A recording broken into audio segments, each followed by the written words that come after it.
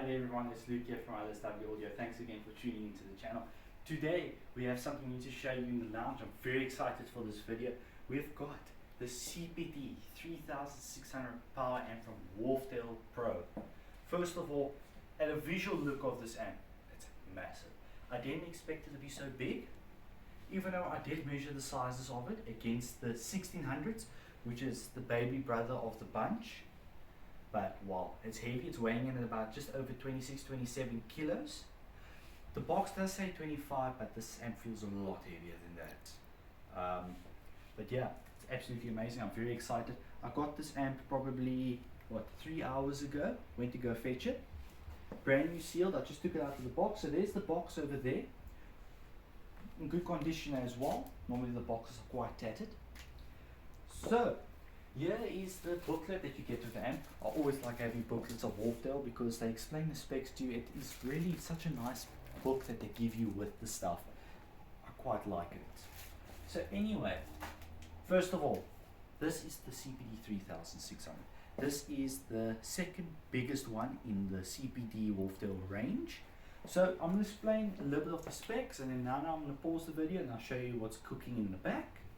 But first of all, as you can see, it's a lot wider, a lot deeper, a lot heavier, but it looks quite the same to the 1600. It's just the badge over here says the 3600. Basically, so the specs are, it's 0.02 distortion figure, which is super low, just like the 1600s, hi-fi quality, but it's not class A and B, it is a class H. I think it's class H plus 2 or plus 1. Alright, so it's a different class of amp. So basically class H is like class A and B, still giving you that good quality sound, but keeping the low distortion as a class A and B amp. But it's more efficient, and reading up about it from different forums and stuff, they say that with the class H amp is, even if you drive the amp full volume, which you shouldn't, but if you're driving full, yes, you're going to bring distortion like any amp at driving full blast, but he still maintains his power and still gives off more, even though you're making the amp clip. Where a class A and B and a class D, they fade at a certain amount of volume where they don't give off more power, but he will still give off more even though he's clipping. That's the circuitry of class H. So a nice thing is, he is 870 RMS per channel in 8 ohms and 1300 per channel in 4 ohms. 8 ohms bridge is 2590 RMS, and then in 4 ohms bridged is 3600 RMS, which is a beast. So they recommend this amp with the Wharfedale EVO X215s, which I have in the lounge, and in bridge mode they recommend it with the Delta X218B. So it generally is quite an amazing amp, but you do get the one brother bigger than him, the biggest one, which is the 4800. They do recommend that one with the Delta as well, okay, which is pretty cool.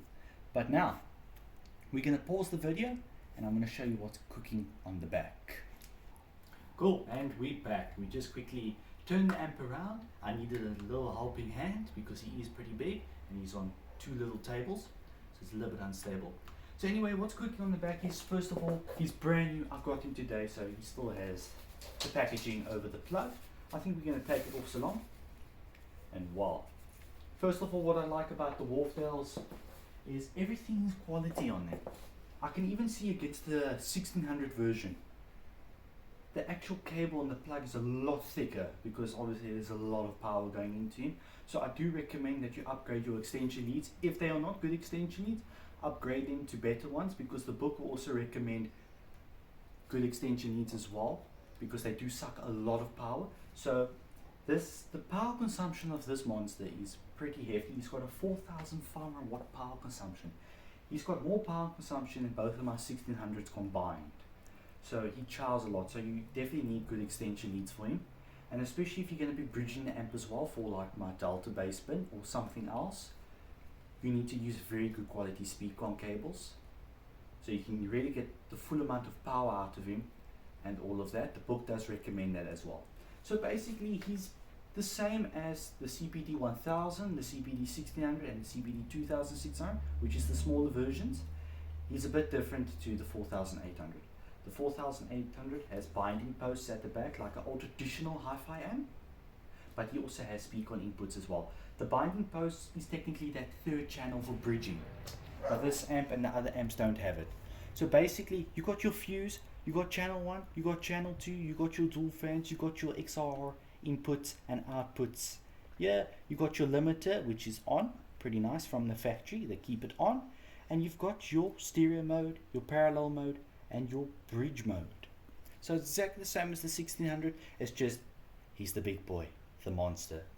So basically, yeah, that's just it. Just explaining a little bit about the specs of him. Just got him a bit of an unboxing video. We're gonna do a sound video in part 2 when I hook him up, because of course I have to test the amp and see if he works. But cool. Thanks everyone. Luke here from LSW Audio. Thanks again for tuning into the channel. Much appreciated.